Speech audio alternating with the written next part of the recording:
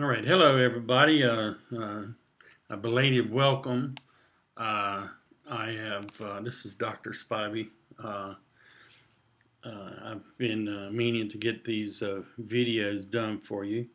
I think that they are, not all instructors, professors do videos for their online classes, but I find them to bring a sense of the in class to the online format, and it gives you a chance to hear what I might talk about in class, and it makes it more personable, I think, to be able to hear and listen to your professor.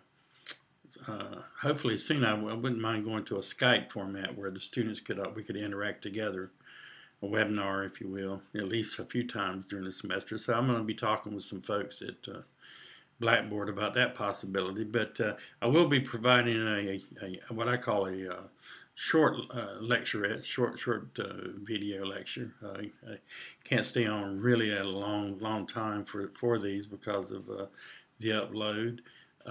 But certainly I like to at least touch base with some of the major ideas and concepts in each chapter, and then if there's any particular concepts or that you come across during the readings, feel free to email me. I'm more than happy to help clarify ideas, concepts for you. That's why I'm here. So I can't really read your mind. If there's a certain concept or theoretical idea that you're having trouble, you're a little confused about or not clear, then email me and I'll see if I can clarify it for you. But I try to hit some of the main points of each chapter. Let me say a little something up front before we cover chapter 1 this week. It's the layout of this class, social inequalities. Various professors have their own take and their own orientation to this subject matter. For example, some professors who are have a more quantitative background in statistical analysis certainly can offer you a class in social inequalities that's more quantitative in style. Of course, our textbook's quite quantitative in that it has a lot of charts and numbers. But a quantitative approach would be really looking at correlations between variables and a lot of statistical tables, if you will. If you're more of a qualitative sociologist, which I am, my background is more in theory and qualitative methods, especially field work or ethnographic methodology. Then you're going to probably be more theoretical, qualitative types of readings, thinking through the narratives that we're exposed to, and so this is more my type of approach. Is I'm more theoretical, qualitative oriented. Another aspect of a professor's orientation to social inequalities. Some sociologists may have a stronger background in social class, so that they may approach social inequalities mainly as a class issue, and then bring in other issues along. Others may come at it more through gender, others more through race and ethnicity. And my approach is I do give more emphasis to race and ethnicity, but I use it. The best way to describe it is I use race and ethnicity as a sort of prism through which to reflect and to think about the larger issues of social inequalities. Also use that said, I also use the intersectionality is a term where we don't just stress just one dimension of social inequality. We look at the intersections of race, one's ethnicity. This certainly makes a difference. Our society is stratified by race and ethnicity. But also, if we're also gendered subjects. So if you're a female, for example, one's race and ethnicity, we're a society stratified by that. Gender is another area that our society is stratified by. Historically, men have been at the top of the stratification ladder and women at the bottom. So gender is another route in. And then, as we all should know, social class is a big, certainly a big variable uh, in terms of the stratification system. We talk about the 1% and the 99%, the haves and the have-nots. This has to do with social class. But when we talk about intersectionality, all of these intersect in the lives of human beings. So by intersection, that is that we look how race, ethnicity, gender, and class intersect together and how it impacts people's lives. And so that gives us a much more complex picture of social inequality. For example, uh, a poor white male, uh, the poverty aspect in terms of would be social class. That certainly is a roadblock. But being white and being male are not. You're in terms of those two, you would still be in a good position in terms of your in terms of the stratification within those. But if you were a black poor female, then then you've got three intersected stratification, negative stratification variables that are impacting you. That is, you may experience prejudice or discrimination along racial lines, but also as well on gender lines, and also if you're poor along class lines. So it's kind of a triple bind, if you will. And so we can use this in a very complex fashion, as you'll see in this textbook. And so this is my orientation. Yes, I give more weight to race and ethnicity as a prism through which to examine all forms of social inequalities. And we'll certainly be doing that. We'll spend time on social class. The book does so, but we'll be also watching videos, for example, that touch upon social class. We'll also look at race and ethnicity and gender issues with films, for example, for discussion. And I think you'll find them very interesting.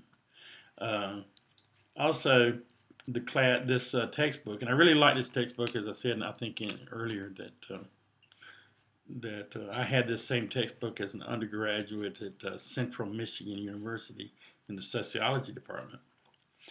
And I had the first edition, and I've used this book ever since when I taught for about 5 years in the Detroit area, Detroit, Michigan, at a lot of the off-campus sites there for Central Michigan University. I was using a later edition, but I used this textbook, and I've used this textbook for this class for the past 14 years, and now we're up to the 6th edition of the text. But I really like this textbook, the way it's laid out, and it takes overall it takes what we call a materialist perspective in trying to explain social inequalities, and that materialistic perspective focuses on the economic and other resources of a society and how they get divvied up along racial, ethnic, gender, and class lines, and that it's that economic necessities of a society that drives these other issues.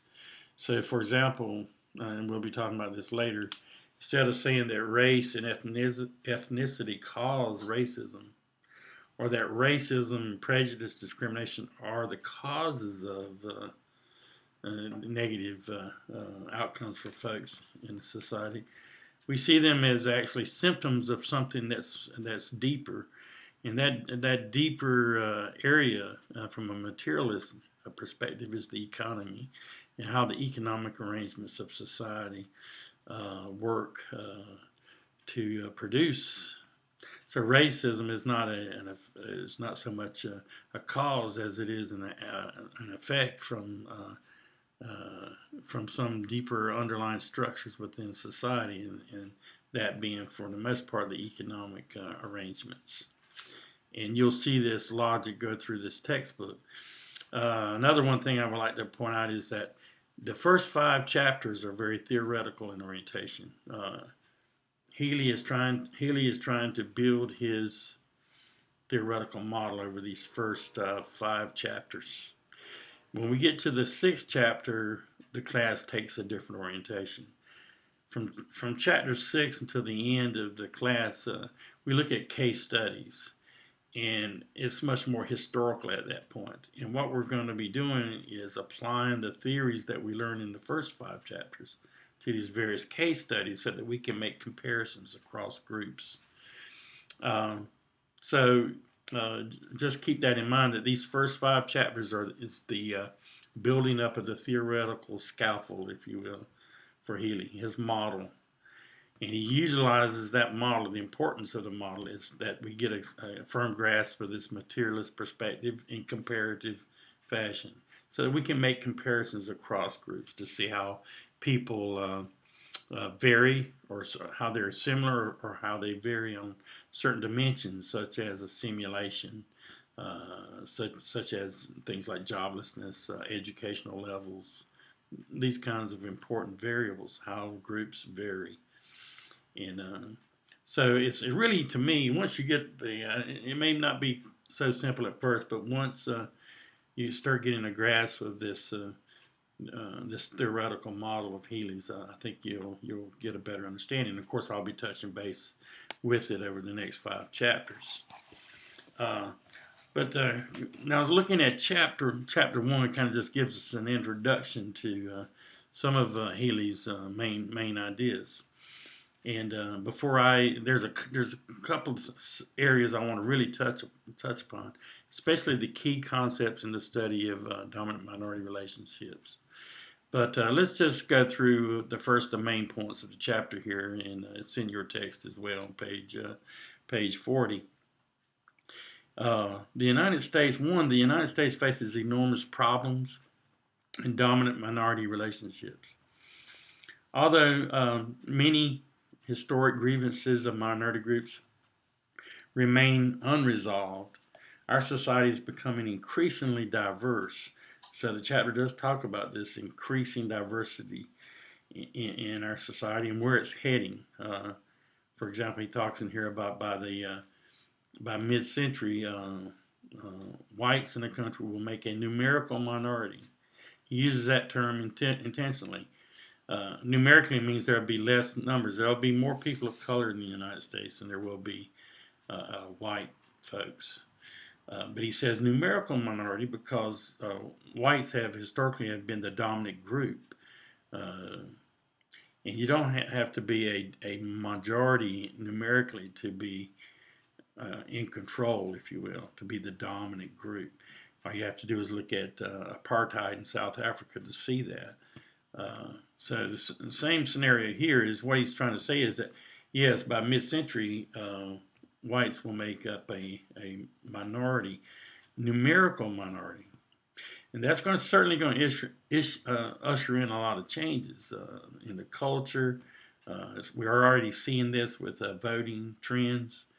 You know, if you're, for a lot of politicians now, especially those running for president, if your vision is narrow and gives a lot of attention to one ethnic group or two and not everyone, you're going to be in trouble by. We see it already happening. You know, you're going to have to be able to.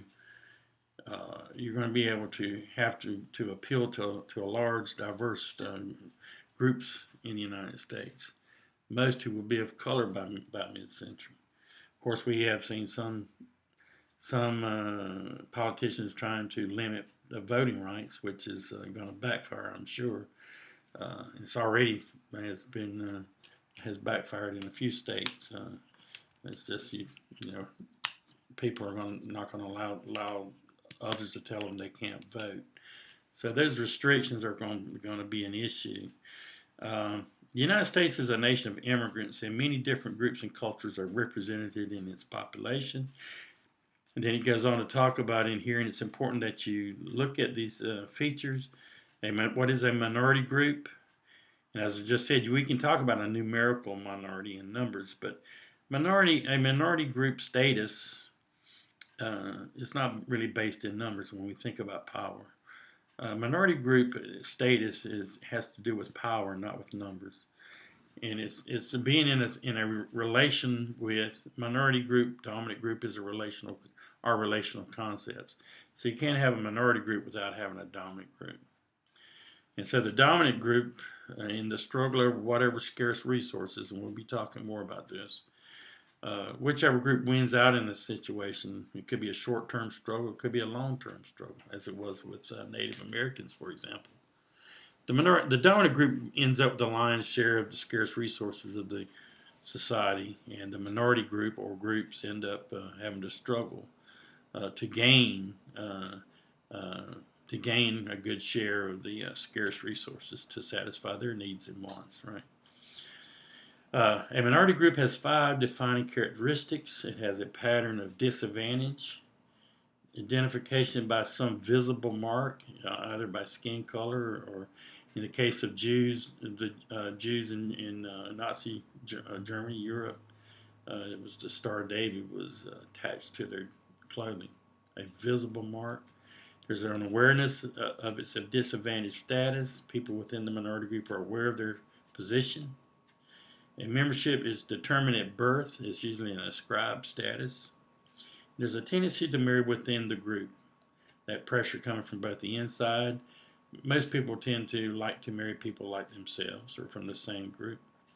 But also there could be, like in the United States, laws against intermarriage between racial groups. So it can also be a pressure from without as well. Healey stresses that of these, the one he thinks is the most important is the pattern of disadvantage. A stratification system has 3 different dimensions. Social class, right? That is how much wealth one commands. But also, as Weber points out for us, you read about Max Weber, prestige, one's prestige and one's power. Usually people of higher class have more prestige and more power. Usually poor people have, in the lower class, have less prestige and less power. But as Max Weber points out in your reading, these are not always, you can decouple these. That is, a poor person, maybe you don't have economic advantage, but you may have advantage in things such as physical beauty. We know from many studies that people that are physically attractive can have higher prestige, and it can also become a sort of a plus for them in terms of moving up in terms of status in society. Power. Power, I'm just thinking a little bit, another thing about prestige, or one maybe doesn't have a lot of money, but one has extreme talent, or a talent for music or art, or for acting, or athletic ability, and that can really help a person in terms of gaining prestige. Power, for the wealthy, it's in their if you've got the means, you can have more power, right? You can afford the best lawyers, for example.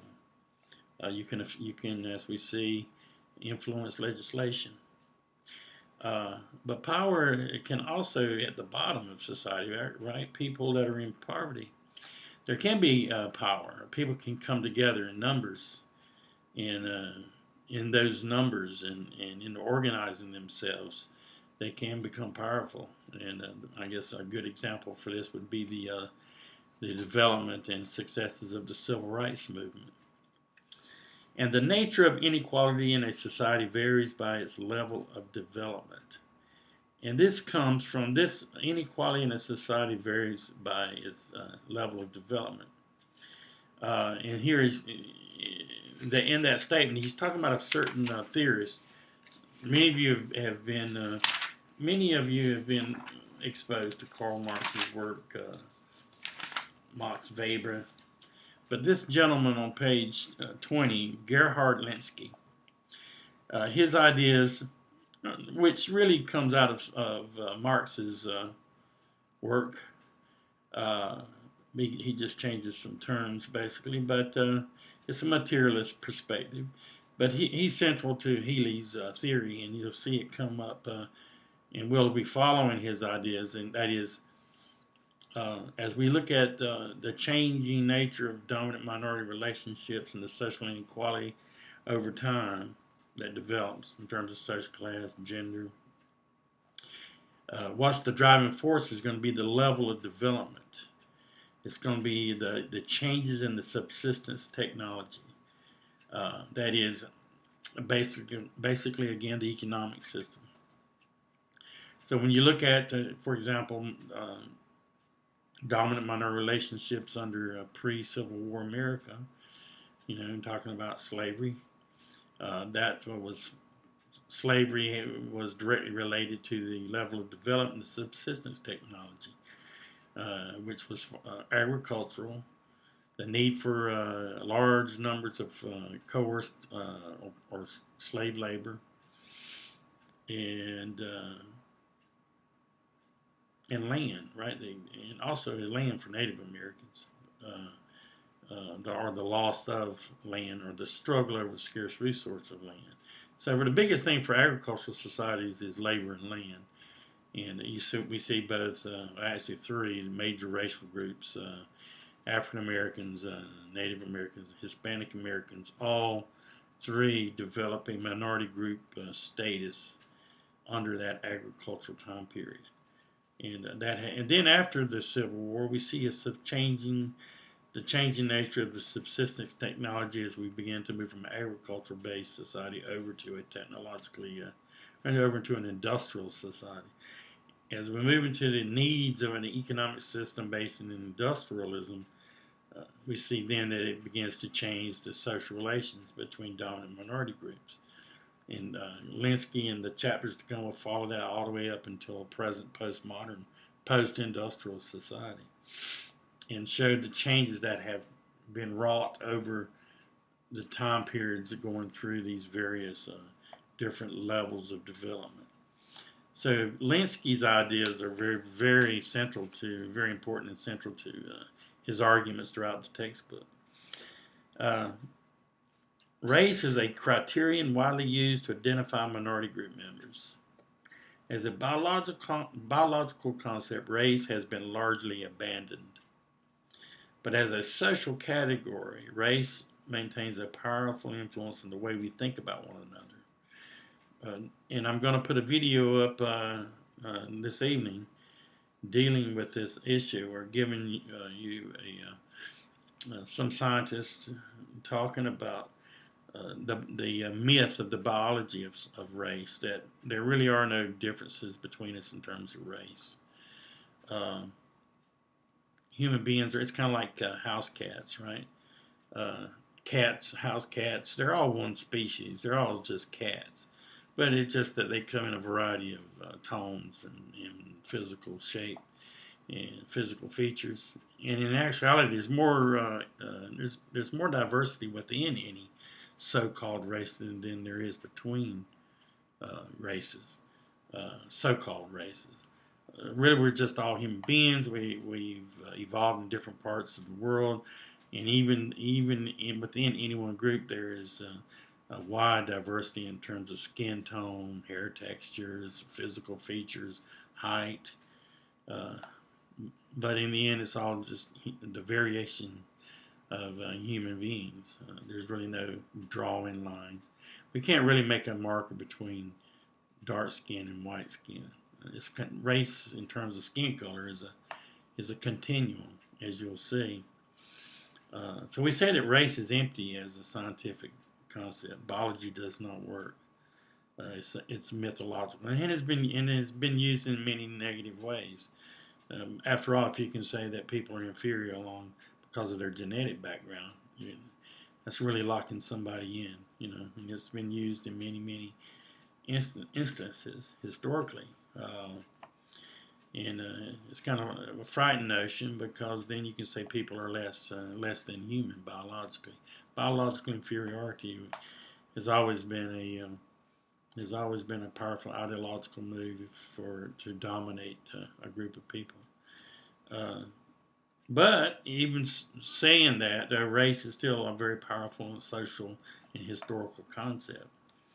And it really has colored the way in which, no pun intended, it really has colored the way in which we view each other, down to our actual perceptions of each other has been marked by this belief that there are different races of people. People's differences are actually our ethnic differences. We are different. We may differ in terms of our cultural backgrounds and cultural preferences, norms, values, beliefs, styles, art, these expressions, culinary practices, the food we eat, can certainly there can be differences, but it's based in culture, not in biology.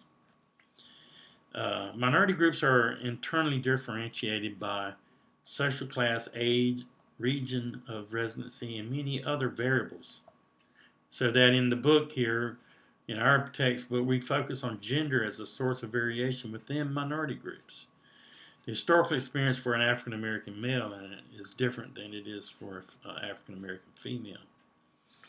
And across all, in terms of gender, that's true of all so-called racial groups. Four crucial concepts for analyzing dominant minority relations are prejudice, discrimination, ideological racism, and institutional discrimination. And this is the area that I want to explore further with you. But in order to do that, I'm going to have to make another video.